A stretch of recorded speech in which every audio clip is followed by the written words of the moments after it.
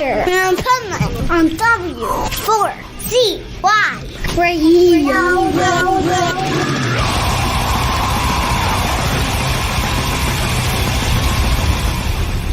Wake up, America! It's time for the Adventures of Pipeman on W4CY.com, West Palm Beach's #1 internet radio station. Here's your host, the Pipeman.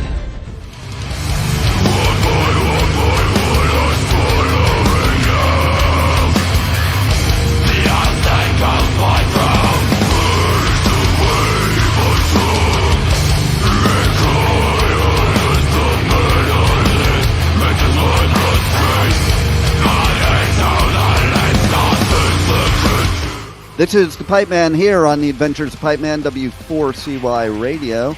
And I'm excited about our next guest. And bummed, too, because I normally do Bloodstock every year.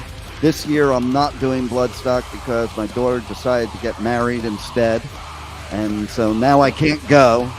And now I can't watch this band perform live. And that really bums me out. So let's just bring Rich on the show and welcome Dead Flesh. How are you? Thank you very much. Doing good, thanks. So tell us a little bit about the journey that got you to the New Blood stage. So we did Metal to the Masses, the sort of the Battle of the Bands competition in our local town of Hitchin, just down the road from me. At our local venue, Club 85, we did Metal to the Masses. So we played with a whole bunch of other bands. And we got through round after round and we got to the final, and surprisingly Simon Hall, the organizer of Bloodstock, liked us enough that he decided that we were going to win the whole competition, which we were all super stoked about. So yeah, that was our Metal to the Masses journey to playing Bloodstock, which is super cool. Love it And did it kind of blow your mind that you actually won placement in playing at Bloodstock? Oh, absolutely, man! Like totally. The the quality of all the bands that were playing was so high, and all of us couldn't believe it because we'd done the competition before, like previous years, and actually winning this time around was super cool, man. I love Bloodstock and I've been going for years, and to actually be able to play myself like as a frontman in my own projects is super cool with the guys as well. It's amazing. Totally. And what's cool about it too is, okay, so in my opinion, if you're going to be a band like yours in the UK, there's only one festival that if you're going to play one, you should play, and it's Bloodstock. Oh, totally. Yeah. It's such a great festival, man. Like I said, I've been going for years, and everyone's super friendly. There's a real sense of like community at Bloodstock. And the lineup's always great, and the stages are great, and of course the New Blood stage where they do the Metal to the Masses thing all around the country to give bands like Dead Flesh the chance to play this like massive festival as a young band is like awesome. Like we really appreciate it, and that's what I love about it. So I do festivals all over the world, and Bloodstock is one of my favorites for a few reasons, and ones that you mentioned. I find that it's like a family there, okay? And I'm just amongst my family. My world metal family is all at Bloodstock, Absolutely, yeah. And I think that's good for the bands. I think that's good for the audience, and I think it's good for just mental health in general. Yeah, totally. It's so nice to take a couple of days to just be around, people who have the same sort of passion for like metal and heavy music that I do, and I'm sure everybody else feels the same. It's just there's a real sense of like community there. It's really nice. It's a great festival. It's my favorite. Yeah, and in the world that we're living in today, with all of the struggles going on and the horrors of society. I mean, that is the escape. That's the escape we can all go to and not have to deal with all that bull crap going on in the world. Absolutely, yeah. I can't wait to have those 4 days or so where I don't have to think about too much other than the show, obviously.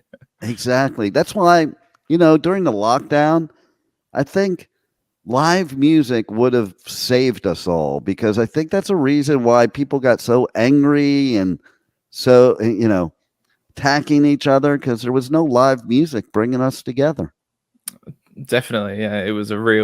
Felt like it was a real missing thing from my life was live music. Yeah. I'm glad that we still get to be able to do it, Right? And where was that moment in life where you decided live music was something you wanted to do? Oh man, it was I can't remember exactly which band, but it was seeing one of the big kind of metal bands. It might have been Metallica. It's probably more likely Slipknot or something like that, but it was seeing bands like Slipknot and Metallica and Lamb of God and stuff like that playing this like insane music, and these frontmen who were like screaming these crazy, making these crazy sounds from their throats and stuff, and I was like, that's cool as shit. Teenage me going like, that's fucking cool. I want to do that. So I think it's definitely just checking out some of the other big bands really sort of inspired me to want to do it myself. I love it. And so what kind of reaction have you gotten from people in your world when you came up with this idea of having a band and singing metal and playing metal and very good metal, but to some people, I don't know if they think that same way. Oh, well, thank you. I mean, largely it's been pretty positive, to be honest. We've had a lot of great feedback from like the local scene and stuff, and beyond. I mean, I think generally people who come to the shows, they don't tend to say, if you're be like, oh mate, that was really shit, I didn't like that at all. Generally people are really positive and really nice. So who knows, maybe there are people who don't enjoy it as much, but generally the feedback's been like really positive for Dead Flesh. So well, it's awesome. One of the things I love about what you said is really nice, because if metalheads that knew, like, we know each other, we would describe each other as very nice, but we don't let the rest of the world think that. It's true, isn't it? Yeah. It's true. Quite often, people who aren't like into it or whatever are just like, oh god, so the metalheads are so different off stage than they are on stage, and right, it's true, isn't it?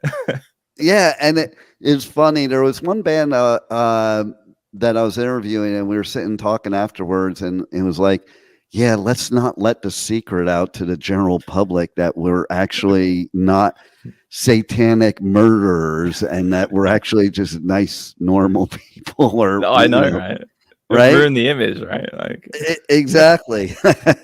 Because then you can have stuff like what happened with the Olympics, with the mighty Gojira playing and killing it, and then there's still idiots out there saying, see, there's the Satanists, they have invaded the Olympics. And it's like, have you read the lyrics at all? Oh, I know. Yeah. it's hilarious, isn't it? Right? Absolutely fantastic seeing one of my favorite metal bands, be thrust into the mainstream suddenly. It's so cool. Right? It is very cool. And it just gave me an idea of something new I might do on my live show, where we'll play music, like metal music, that the average person would not understand the lyrics, and ask them what they think the song is about. That'd be good. Like, how many words can you pick out of this track? Yeah. Right. And they're just gonna make stuff up. It's gonna be like, oh, it's about somebody killing their wife, and and murdering the world, and they all did in the name of Satan. Absolutely, that's what all of the lyrics are about. I know, right? Brilliant. That's good stuff. So Speaking of that, let's talk about your songs and your lyrics and your music and what is it about? What message do you send? Because that's the thing. Metal music always sends some kind of message, and it's something that people could relate to. And it's not, like in pop music, some of the lyrics, they have no meaning to them. But metal lyrics always have meaning most of the time. Yeah, most of the time. Yeah. I like to think that I try and write sort of lyrics that have, some kind of meaning behind them. It's a lot of the stuff that I write about is kind of personal experience, really. Yeah.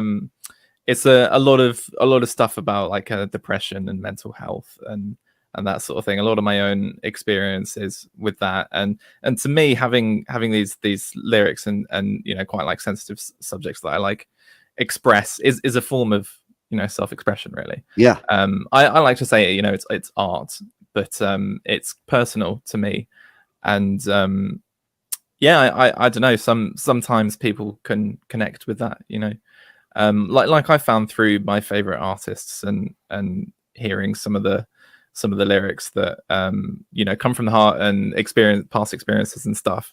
It's something that I like to do as well. So well, what's cool about that? A couple things is I think a lot of people don't realize they look at musicians and they think they're kind of like extroverts because of what they do. And generally the stuff you're writing in your lyrics, you probably rarely talk about to people like you do in your lyrics. Because then you get, it's like you can express freely in the lyrics. Somehow you disassociate in some ways too, because you're writing a song. It's not like you're having a conversation with somebody that could judge you or argue with you or anything. It's like you just get to freely express and put it down. It's totally true. Yeah. It's I like to try and think that I do it in a way that kind of works with the music as well. But it's definitely a good way to get thoughts and feelings out there, and if people aren't into it, then fair enough. It's not, our music isn't for everyone, but but people do connect with it as well. So and that's what's really cool, I think, is having that connection with people. It's like, I've written a song where I feel like really shit, and these are the sort of things that I'm feeling, and somebody else is like, I felt like that too. It's a cool way to connect with people. Yeah, and that's the second part I was going to talk about right there too, because it's like, it's kind of cool because as the artist, you may think you're all alone in some of those mental health journeys or anything like that. And then you write this song and people are coming up to you and they're relating their own life experiences. So not only is it cathartic for you and cathartic for them, but now, both of you find out that there's other people feeling the same way. Yeah, absolutely. Yeah. I don't think I've ever had anybody come up to me in that way, like sort of after a show, because I guess the lyrics are sort of hard to decipher. It's kind of, we're doing like death metal, and it's like, are there any words?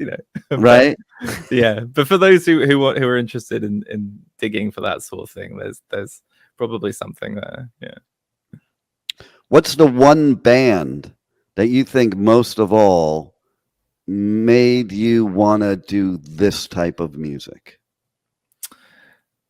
I would probably go with Slipknot. I think Slipknot was the first time that I when I was growing up, I used to be really into kind of pop punk and that sort of thing. And I had a mate who was like older than me, and he was like, check this out. And it was Iowa by Slipknot. And I was like, oh my God, what is this? Yeah. And that was my first introduction to like heavy metal, really. Nice. And it was all downhill from there. So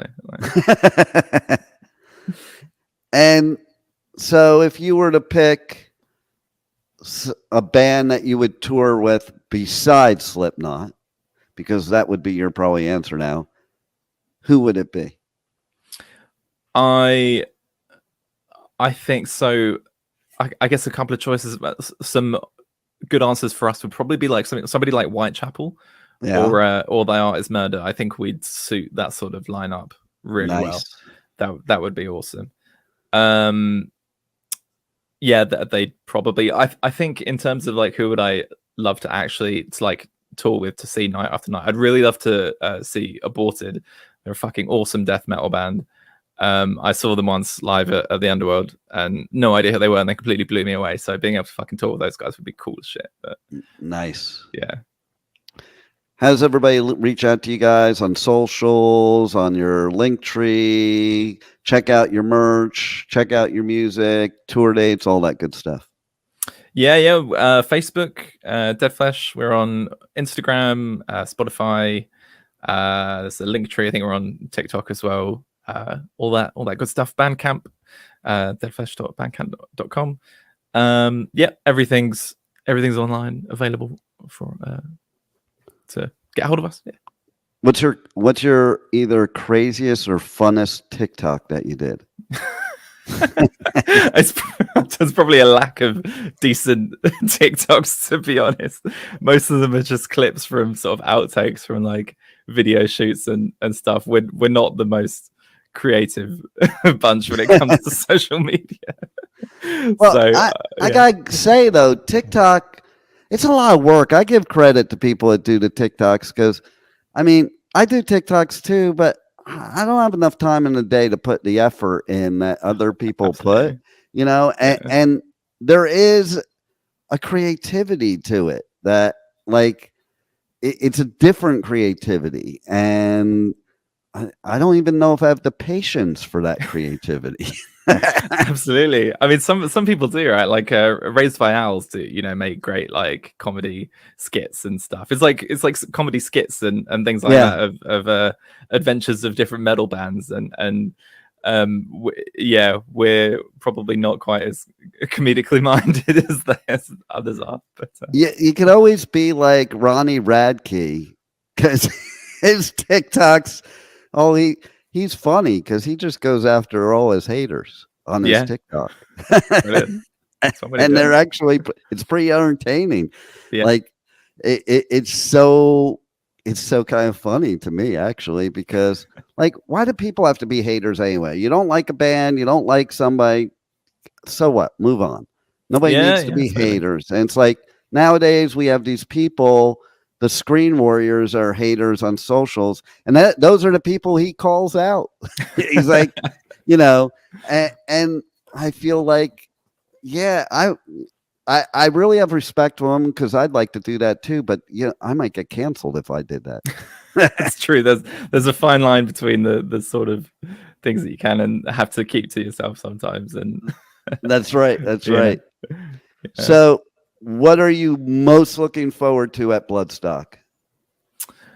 I mean, definitely playing the show. I think is playing on the new Blood stage is probably the thing that I'm most looking forward to.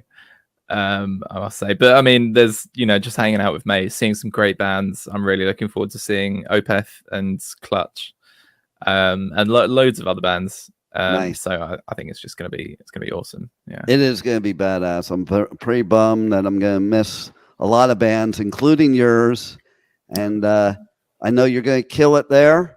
And listen, I hope we hear a lot more from you. And thanks for being on the Adventures of Pipeman. No, thank you very much for having me on, man. Much appreciated. Anytime, brother. Brilliant. Thank you for listening to the Adventures of Pipeman on W4CY Radio.